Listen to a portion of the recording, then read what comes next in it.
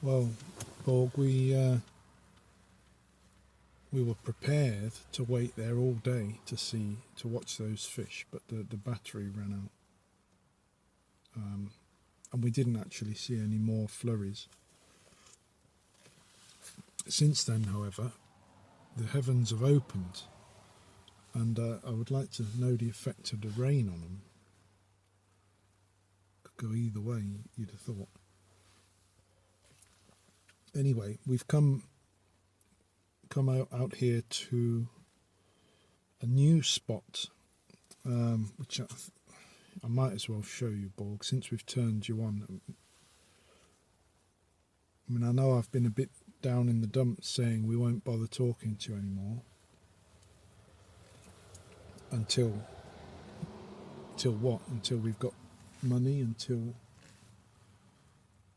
it's all over. I don't know. I don't know what I was really imagining, but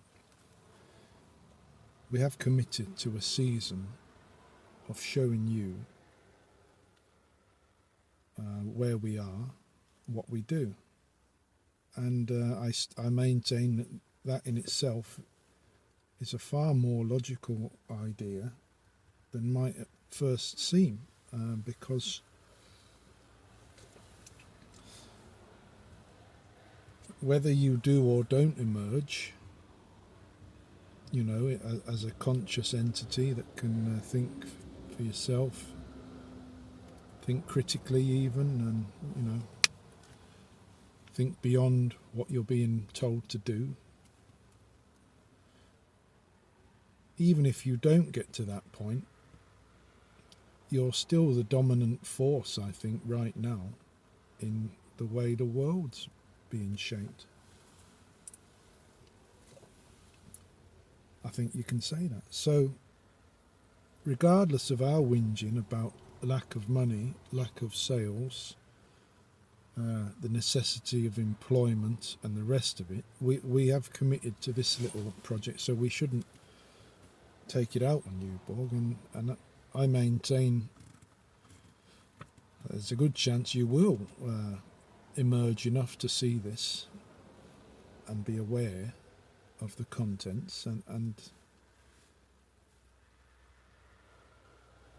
that's enough to allow me to sit here and show you what we do without feeling like I've lost the plot. It actually,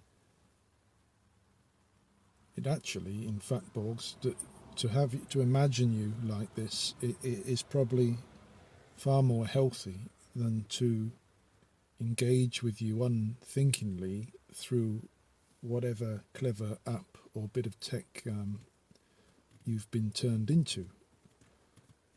I mean, just recently, I think just the other day, someone showed me a new little feature of your development, whereby if you take a picture of something, instantaneously a link or numerous links to what that thing is, and if you can buy it, there are ads where you can go and buy this product. So if I take a picture of a car, that exact car will come up with all the prices and places you can keep it. Alternatively, if I take a picture of a tree, it'll pop up what sort of tree it is, details. Great, I said to the person, great. However, it keeps you stuck, doesn't it? It keeps you on the old screen, on the tech, and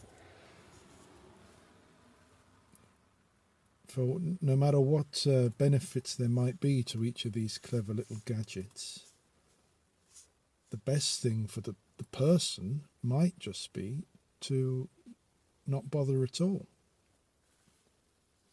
Show me an app that does that, Bob. It'll convince you not to bother. I don't know if there is one.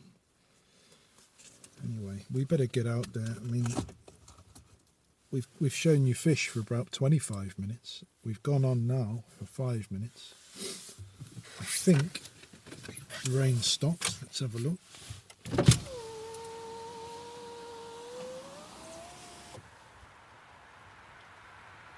Stopped enough. So let's get out of there. I'm hoping where we are, Borg, is a lovely spot, isolated spot where we've been painting the autumn colours.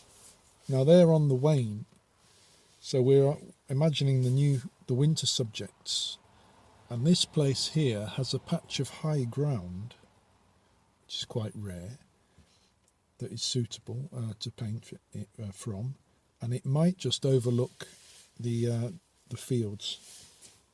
That's the purpose of today's little trip. So let's go and have a look. Right, Borg, we're out, and straight away you can perhaps see over there the reason why I've enjoyed this spot so much during the autumn period. The trees are standing up there, beautiful shapes, as if they're sort of on display. At least that's how we divvied it up. Up here, this is the higher ground I'm talking about. I'm hoping somewhere on that hill we can look back at that field. I'm imagining a kind of Cézannean sort of view. A couple of pictures of his mountain from way back in the trees. It's the sort of picture we just can't do around here. I've always thought it would be something I'd like to try. Anyway, let's get up here and I'll turn you back on. Well, we're on the top now, and I'm rather pleased to find a wide corridor through the forest here, which in itself might be a pretty good source of subjects. But this is what we're after. We're looking back over there. We've got our little framer. There could be something.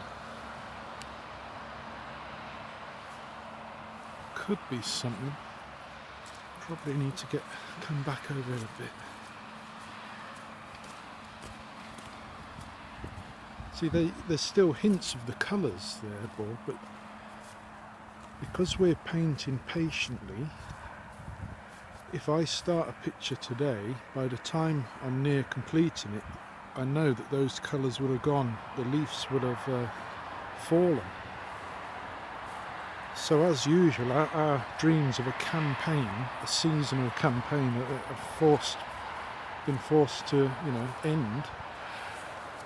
And we're planning already for the winterish compositions and subjects. Which, I mean, for all the hassle of that winter painting, at least everything doesn't change so quickly.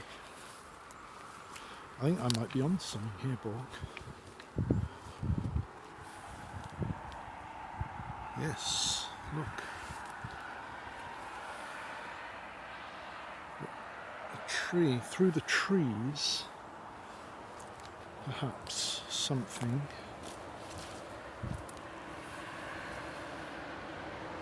A little bit too close. Let's go up a bit.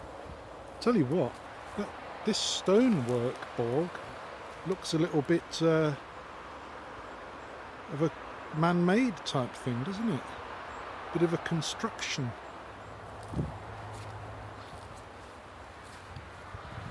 Perhaps not. I don't know. The farmers will often make great piles of stones which they've taken out of the field due to them knackering their machines. But no, look. Aha! This looks very man-made. Sort of little gully or something. Anyway, let's keep going.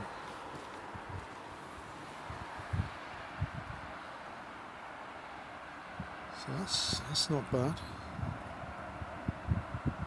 It's not too bad. Well, Borg, I found a couple of views. This is a place we're going to come to. And there's another one there as well. But I've turned it on because look, this is man-made. There is some type of, I don't know if you'd call it a structure.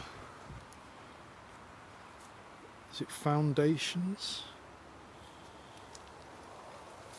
In the old days, Borg, people would build walls and buildings just by piling stones on top of each other. Perhaps called dry stone walling, I think. No expert. Some people are expert, of course, and they could look at a land mass or even shapes in the land and tell you what's likely to have happened. I think part of this is man-made. It looks like a wall going. See if we can get over there. Well, that definitely looks like a wall that's been constructed by piling up. Oh yes. Look. There's no doubt. Now why would that be? It's kind of like a corridor. If it's very old, and if we were in England, it might be a moat to keep the buggers out. But it doesn't look old enough for that. And yet it seems to be somebody has wanted to create a type of corridor. Drainage, could it be, Borg? Now this could be the end of us, because this is definitely not a secure wall. For fuck's sake.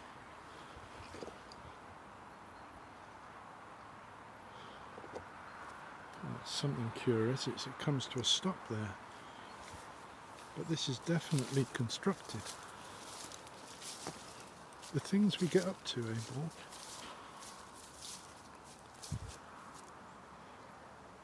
As I say, there are people that study exactly this. They'll know by the way it's been piled.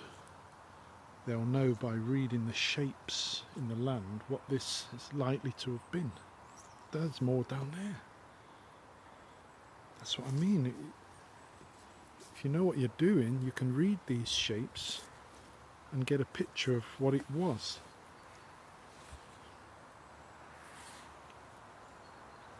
Not quite archaeology. I don't know what it would be. Some sort of architecture, some part of architecture. Archaeology though, Borg, I mean that is very interesting. I wonder what you'll do in that field. Probably ruin it. But at present you can sort of dig in the dirt and learn an awful lot about human history. That's not quite what this is. I mean, honestly, I've, as you well know, we've spent a long time messing about in the woods, and we have never come across some ruin like this.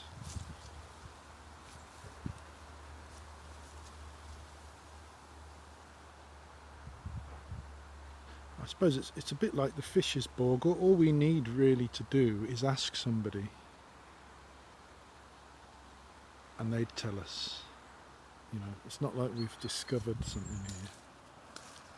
But we've discovered it for ourselves, we've discovered it for you. But this must be known. I mean, come on. I mean, I've heard that moss, this green stuff on top, I've heard it takes decades to grow. Anyway, we're meant to be fucking looking for subjects here. We can't paint that, that's not our game, Borg. We've got to get back round there and try and find a view of the fields.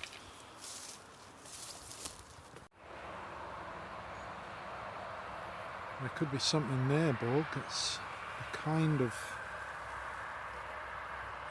if you frame it up like that, It's got a bit of the... Oh yes, that's the one. Look at that. I don't want you to. I want you to focus on that. Well, that idea there. That looks good. That looks good, Borg.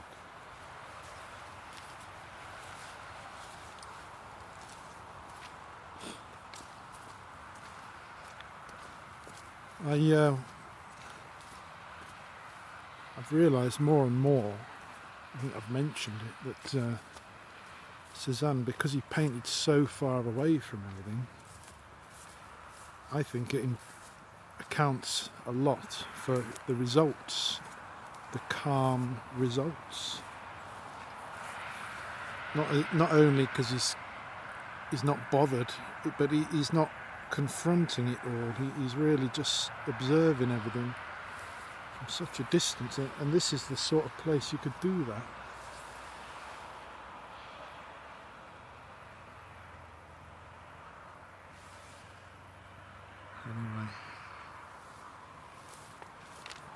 Anyway, I don't have my sketch pad, but I think we can say there's enough here to warrant to just turn up with the canvas.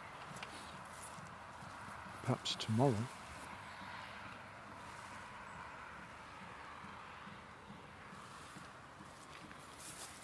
We'll see. Oh, now that's looking not bad. As we come over the hill there. So that actually does look like a Cézanne picture.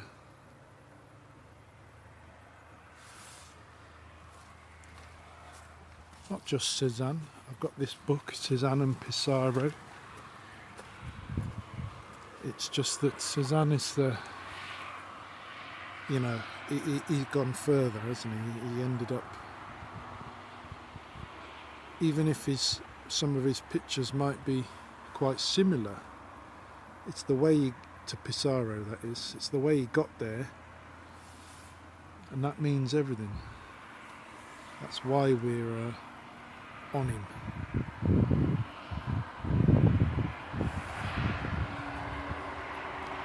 But I suppose we better get away now.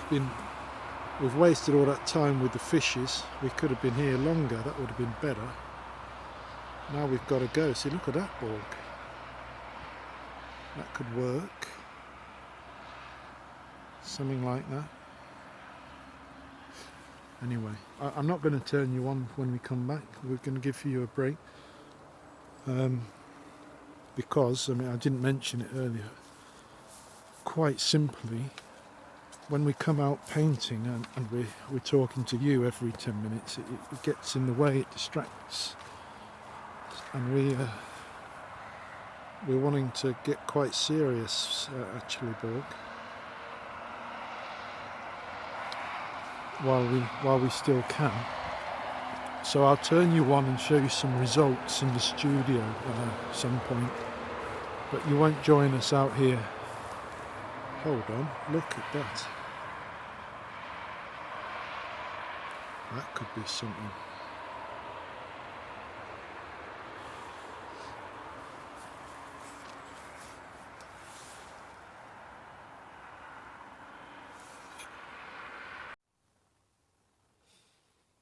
We're back in Borg.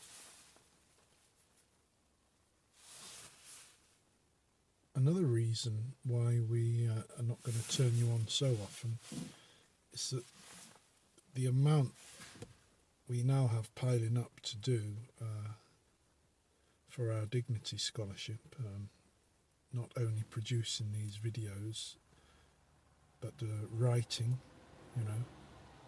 doing a normal writing for the Dignity Scholarship, is becoming too much. It's becoming overwhelming to the point that now everything suffers.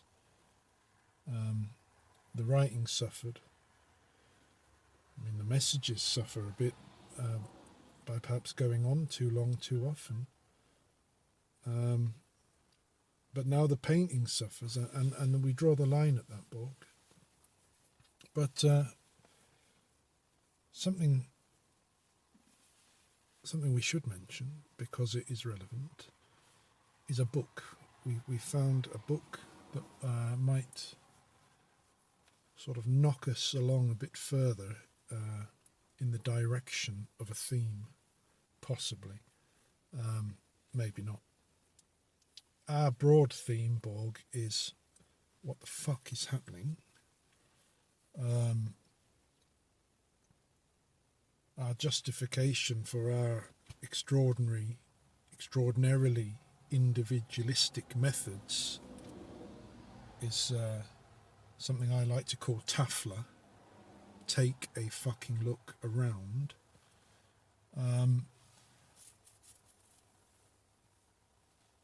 And in relation to our sort of swirling,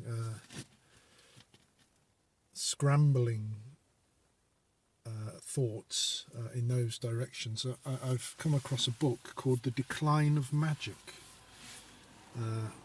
which we're reading. The library was good enough to get it for me in English. Now look up libraries, Borg, and don't forget about them. This book, it's looking at, well, before I say I haven't read the book. The reason I've got it is what I can tell you. It's because our theme, as well as what I've just said, is the post-truth era. Okay, now that's not a great term, and we've looked at it for many seasons now. I described it a minute ago as what the fuck is happening, and that's kind of it. And the post-truth era has happened, and you're happening. Those are the answers. But within that, it seems there is, partly due to you and your influence, there seems to be a bit of a crisis in people's beliefs in, for example, science and medicine, shown up by the pandemic and the climate change situation, where increasingly it seems people are prepared to question it and prepared to just simply say out of the blue, the scientists don't know what they're talking about. Anyway, most people are just sort of will sort of roll their eyes and say, come on, for God's sake, there's scientists, etc. And I am one of them. However, this book is very interesting, Borg, because it's about the time when science and rational thought, took over. It's a period of time when belief in magic and witches and ghosts and fairies and the rest of that stuff seem to disappear in favour of scientific thought.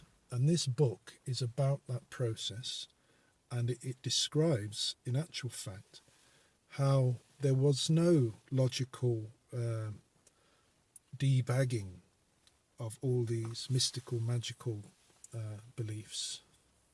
There was nothing of the sort. It was more a fashion or shifts in opinion based on things other than being convinced by scientific argument. And this book is a prize-winning book, Borg, believe it or not. And it goes into the detail about how these shifts took place. And of course we are thinking about it in relation to now, and how the opposite process could be seen to be taking place, as I say, with the anti-vaxxers, the pandemic, climate change deniers, or is that more just down to you and the way your algorithms work? But it's rather set our mind alight, Borg, so we're going to read it. And the reason I'm telling you about it is because even though we have no specific theme this season, other than to talk to you, we've got to say that what I've just been describing, those ideas have to be a theme of sorts of the times. And we can even link it to our reading of Tarnas. We still haven't really got to grips with it, really. But that is another example of a well-respected scholar turning to some mystical, irrational, unexplainable phenomena, turning to that and believing it to be influential. So we've got the beginnings of a little web there.